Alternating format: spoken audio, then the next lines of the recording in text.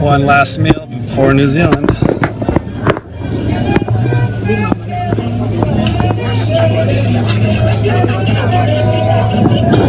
Yeah. This is it. I'm off to New Zealand, saying goodbye to the really friendly guys over at Vunda Point. Voila.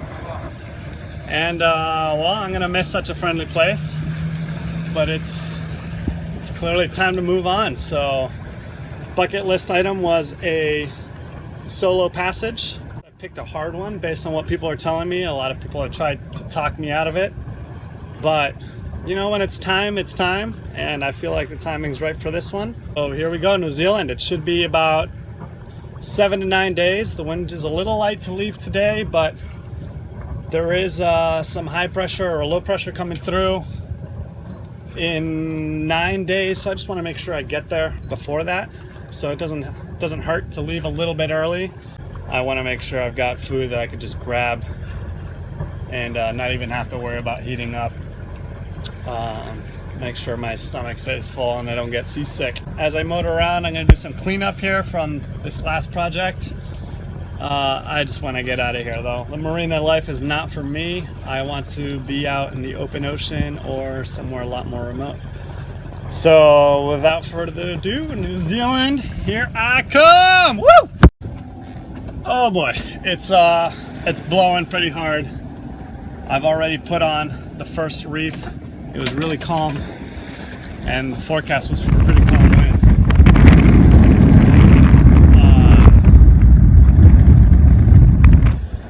But it is what it is. It's scaring me a little bit right now because it's a lot of time, and I was planning on getting a bit more rest and preparing those meals, preparing some food. But good thing I bought some mince pie. I tried that for the first time in the Cook Islands. It was really good. I miss Gina. I miss Gina a lot. Kind of wish she were here with me. But it's a bucket list. Gonna do a week of sailing on my own. I'll keep updating along the way, and that way I can share the adventure and have somebody to talk to other than myself. It's blowing quite a bit. I'm not having a good time. Getting a little nauseous. Boat's rocking all over the place, and I just heard the fishing line go, and I got a fish. Looks like a barracuda to me.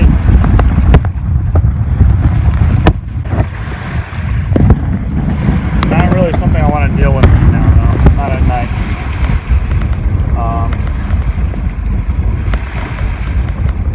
Oh boy. I hope he just kind of comes loose, to be honest. I know there's no barb on the fishing line, so... Oh yeah, it's a bumpy ride. I'm gonna let it go.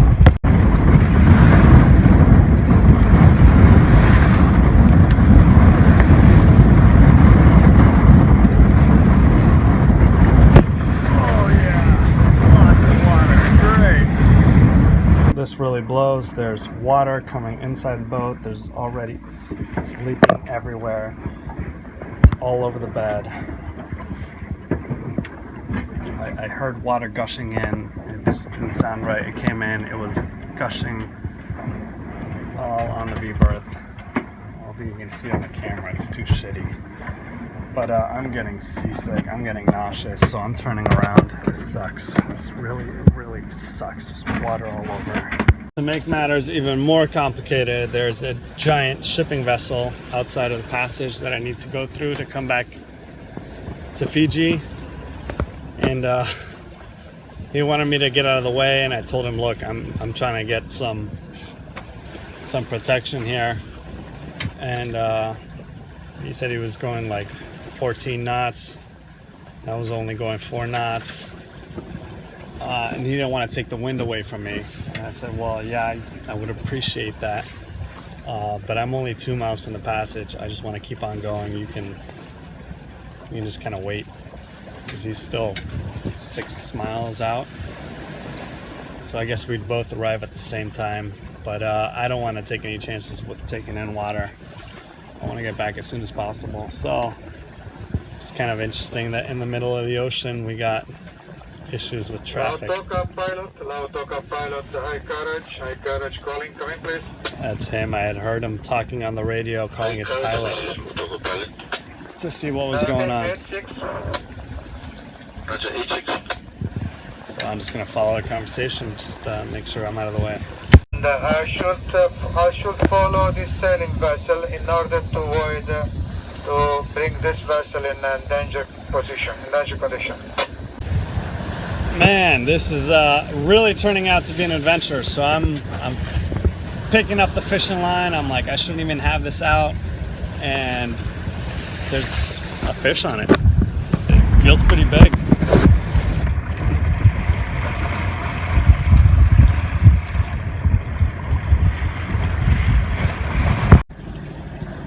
That's not how I wanted the trip to begin, but when I heard the water inside the boat, I knew something was up. Went inside, and when I saw it just gushing in, I didn't even think twice about it. The only decision that could be made was to turn around with daylight and get a better look at it. I suspect it's the exact same problem we had in Mexico, which is the anchor locker, fiberglass in the anchor locker, the bulkhead, which is basically what separates the anchor locker, which is where we keep the anchor and chain, from our V-berth forward cabin. Probably cracked a little bit with all the banging around, flexing. Fiberglass production boats, Beneteaux, Gina's, Hunters, Catalinas, basically what we're on. Don't have a great reputation for blue water for this reason. They do flex a lot, but they shouldn't crack. So got to take a look at that, see what happened there. Right now I'm headed over to Momo Bay. I had heard that this is the bay where people kind of hang out at before they cross over to New Zealand. Maybe it's not a bad thing that I get some rest. I'm tired. Sorry. This is definitely going to be a tougher challenge than what I thought. Anchored, safe and sound. Now I'm assessing the damage, and this could have been a repeat of Mexico, where we had our floorboards floating. I just went to open one up, and that is what I'm dealing with, basically.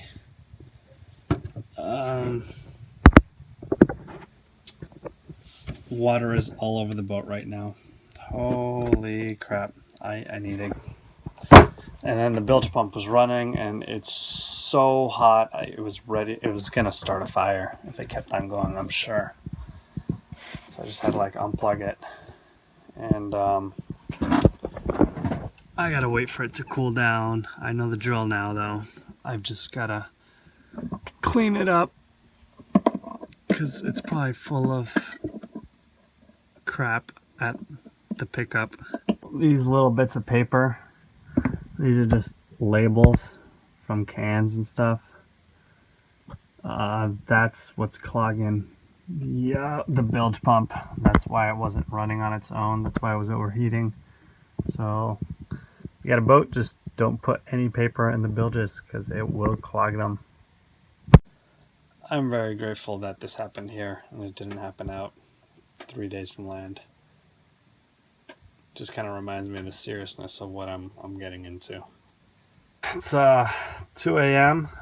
All I want to do is just lay down in bed. I got the pillow ready to go, and of course it's not that easy. Our whole medical kit is just all over the place. Gotta clean that up before I go to bed. I'm tired and sick of the boat. Can't wait to get to New Zealand, if I get there. Good morning. One of the beautiful things about anchoring at night is that when you wake up, you never know what kind of surprise you're gonna get. And I am getting some of these green rolling Fijian mountains.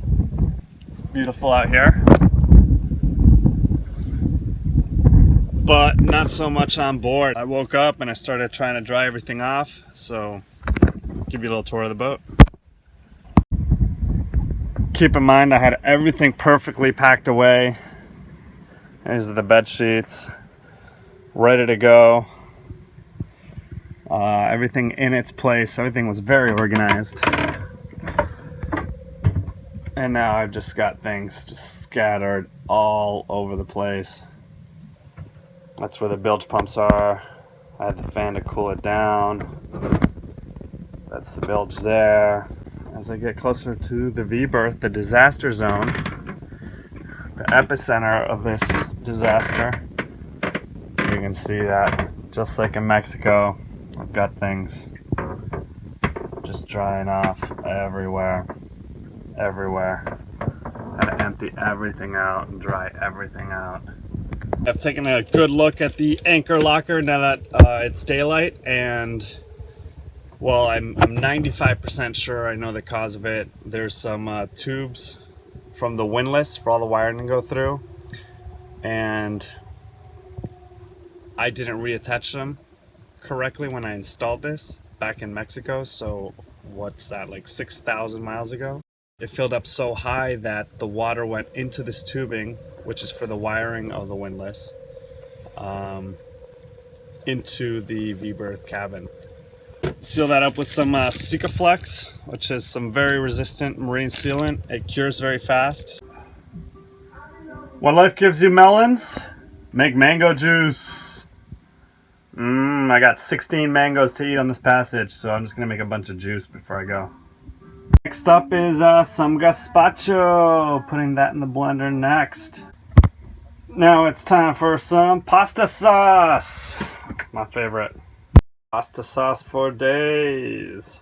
And now for some tortilla patatas. I just fried some potatoes. I'm gonna chop up an onion, cook it up, and then add some eggs, and I'll have tortilla. Feeling good. Cooked a lot of meals. I am not a good cook, and I am missing Gina more than ever, but I think I'm doing pretty well. Maybe when she comes back, I'll do some cooking for her. My second and my final attempt to cross over to New Zealand. I'm making my batches of coffee. Not for right now because I'm really amped up. I'm taking my vitamins, vitamin C. I don't want to get sick on this journey. And I got 2 buddy boats here. They were nice enough to invite me over for some drinks last night. List of a lady and tactical direction, a catamaran and a ketch. So we'll all be departing soon, and even though we're different paced boats, it'll be nice to have a little radio net. They're getting their weather updates and everything, so am I. So it's nice to sail with people that have sailed around the world before. Nice to sail with experienced people. So that's it. I'm gonna go raise the anchor and get a little head start on these guys.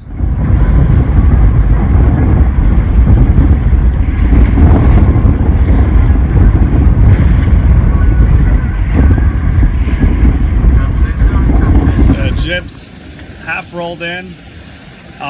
Keeping in touch with the friend boats. They're leaving a little bit behind me, but I think that's good because the catamaran will definitely pass me, so I'll be surrounded by boats, one in front, one behind. It's always good to get weather updates and to just some peace of mind.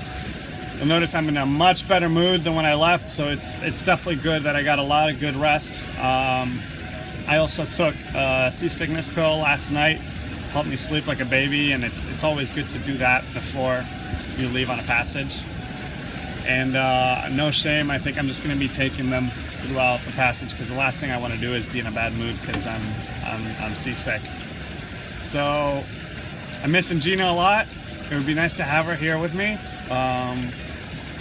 But hopefully I'll see her on the other side soon enough. We've been asked to be real, be ourselves, be honest in these videos. And well, truth is I'm scared shitless. I've got 7 days of this. It's a lot to deal with. Having a companion definitely helps. Just going through this with someone else, knowing that someone else is there. I've got to thank Gina more than ever right now for having been there through all the tough times. The swell's big. It's about almost 2 meters according to the forecast. It's pretty windy, and I just keep on going inside and checking in to see if there's any water leaking, even though I'm sure I sealed that correctly. It's just that once something like that happens, I'm a little traumatized, I guess. Yeah, feeling a little nauseous despite taking seasickness pills.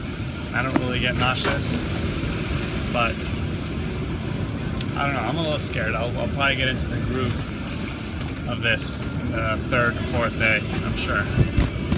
But for now, it's like, oh crap, like what the hell did I get myself into? But just gotta get the boat to New Zealand.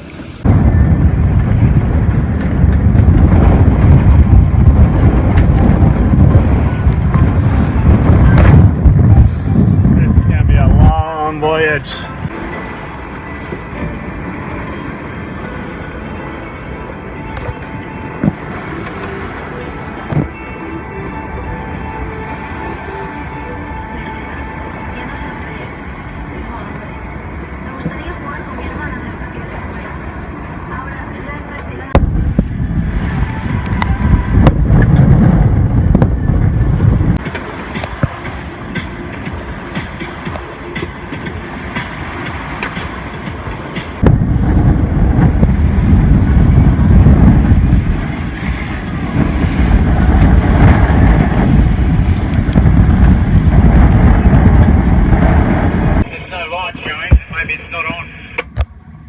So here I'm seeing the boats that are around me, and they're chit-chatting, seeing who can see who, what equipment works, what doesn't. But it's definitely nice to have. I've got 3 other boats around me that I know from meeting them here in Fiji. It's nice to know that I'll be in good company. 3 boats that sail at the same speed, and actually 1 more that sails a little faster. But it's kind of nice to have a little safety net. Cruisers always look after each other. Been a very bumpy night, but I don't know, I've crawled up in the fetal position in the saloon and just slept a lot. I've been drinking a lot of water, and that's how I kind of keep my watch. It's kind of weird, but I gotta go pee. It's just a way to make sure that I get out of bed and make sure that I go take a look around, check the sails, take a look on deck, check the position of the other boats around me, make sure there's no leaks in the boat, eat something. I've been trying to keep my stomach full. Keep your stomach full, you're less likely to be seasick. 1 boat still on the screen that I can see. It's a Hilus 46, which is a faster boat than me for sure. So it's kind of fun to just see the distance between us, and if they're gaining on me, then I make sure that I make some changes, and I've been keeping the distance pretty even, so it's kind of fun. It's like it's gonna be like a little race all the way to New Zealand. It's not as rough as it was at the start, or maybe I'm just getting used to it. Also at night, as Gina says, it's better if you just can't see it.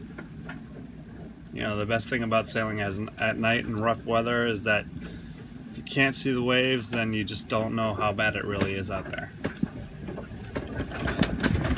So right now, right as I say that, I'm falling over. Yeah, knocked down 113 miles out of the 1,080 to start. So what's that, 10%? Got maybe 90% to go.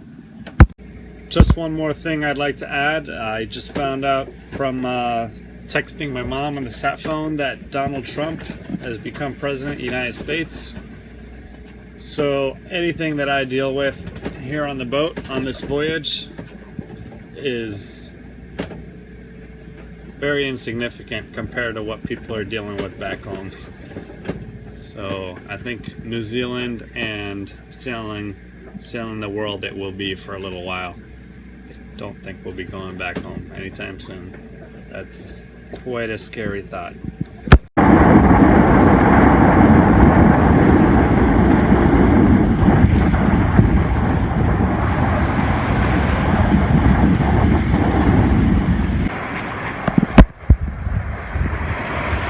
You can't make this stuff up.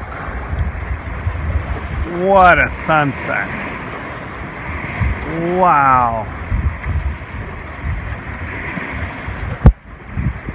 I just wish Gina were here to share this with me.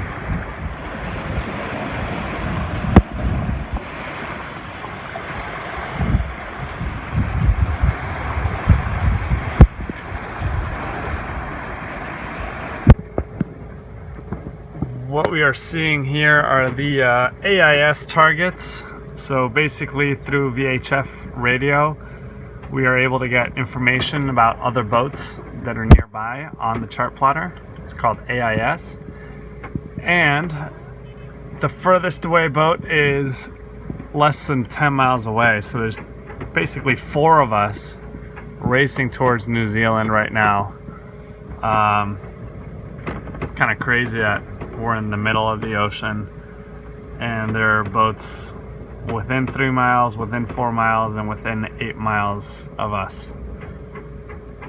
But as a solo sailor, this is kind of nice. Just kind of peace of mind knowing that there's people around, and if anything comes up, they're going to be available on the VHF radio to talk to. So I've got my VHF radio ready to go, and I have also got the sat phone information for our notes on the weather. So we've done 150 miles the first 24 hours, and now we're tracking along, going about 5.5 to 6.5 knots, depending on what part of the wave I'm on. Heading almost 180 degrees south. And here you can see, I've got my satellite phone software, and I'm able to text my family and my friends and the other boats nearby. So that's kind of how I keep busy. Just communications, and weather is always important. And a lot of naps on that bed over there. Just sleeping all day.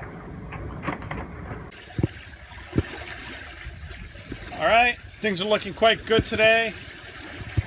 As you may have noticed, this is definitely an emotional roller coaster. The day's shitty. I feel like crap. If it's sunny and calm like it is today, and it's windy, I'm feeling just like I'm on top of the world. So I finally was able to take a shower for the first time, and you have no idea how good that feels. You can feel just your skin breathing again. That's definitely very uplifting. I cleaned up the boat a little bit.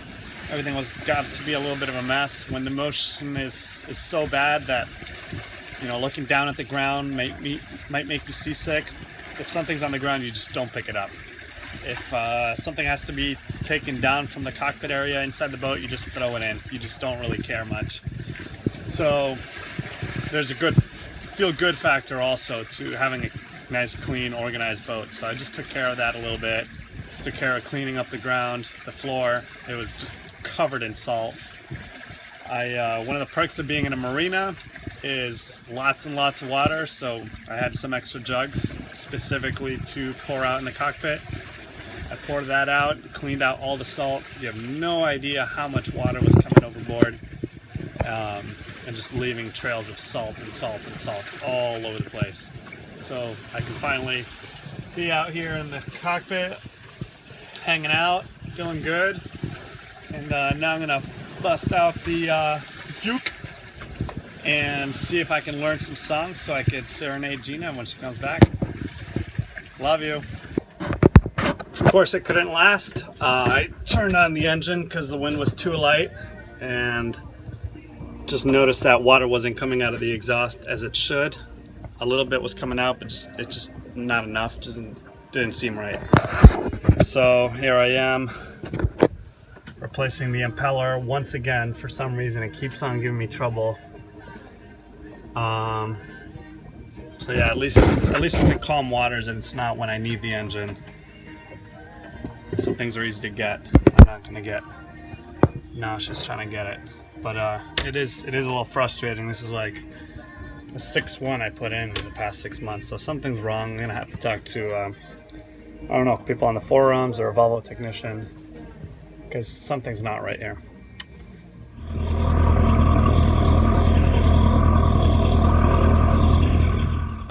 Remember that mood swing roller coaster? Well, I'm handling it pretty well right now, but I just left out one of the tubes with all the water for the engine loose. So as I was running it, looking out for water out the exhaust, I came down below to see what was going on, and Water was spraying everywhere. I forgot to connect the heat exchanger tube, so that's where the impeller leads the water into. Just not on my A game right now. So I'm going to clean up the bits of impeller that went up the tube. Put the tube back on with the hose clamps, make sure it's sealed, and try and start this up. All right, moment of truth. I put everything back together. All the hose clamps are on this time. Start up the engine. Turn the key. Put it in gear. Oh yeah. Oh yeah! Love the sound of that! Yeah! Woo! Really basic stuff on a diesel engine. Really basic. Rookie mistake. But it's important that you get to know the engine, you keep an eye out for things like that, because if I hadn't noticed that water was not coming out of the exhaust, the engine could have overheated and it could have caused some problems that would have been much more costly down the road, or just could have overheated and caused some trouble on this voyage that I would not have wanted. Oh, I can feel the breeze, we're moving again. So this is great. I gotta call some guys on the radio that helped me out. They told me to change this is getting technical, but they told me to change the plate for the impeller. It's got a cover on it. I guess just the impeller spinning around had worn it out. Basically, the cover for the impeller, it's a brass cover, and it covers up this rubber impeller, which is turning around in circles and sucking in water and pushing it out, sucking in water, pushing it out the exhaust. I called a neighboring boat. I know he had the same engine, a Volvo Penta, and I asked him about it. Told him, hey, I'm scratching my head here. I wonder if I missed something because I changed the impeller. There's got to be something I'm missing, something really just basic. He told me, I don't know. Like when I had problems a couple of years ago, I just changed the cover around because it was worn out, the brass cover, and that solved the problem for us. So that's what I did. So it's really nice to have somebody who can relate to the problems that I've had, has had them, who was close enough to be on the radio to respond. And yeah, that's part of the reason why I'm turning on the engine to keep up with these other boats. I did want to sail the entire way. That's something that I don't know, I personally take pride in. It's not having to use the engine, but just as we were speaking, somebody on the radio, somebody interjected and said that there were gale force winds coming, so cranking up this engine. I've got plenty of fuel, so I'm going to use it all up if I have to. I don't want to sail into the port of a new country without an engine. So yes, it's important to be alert, know the basics of the engine, know what the signs are for trouble, and address them right away. So the emotional roller coaster is back up. I'm back up on top. I'm feeling good, I'm sticking my head out here. I'm feeling a little breeze. It was getting a little hot in there. And well, let's see what else this adventure is going to throw at me.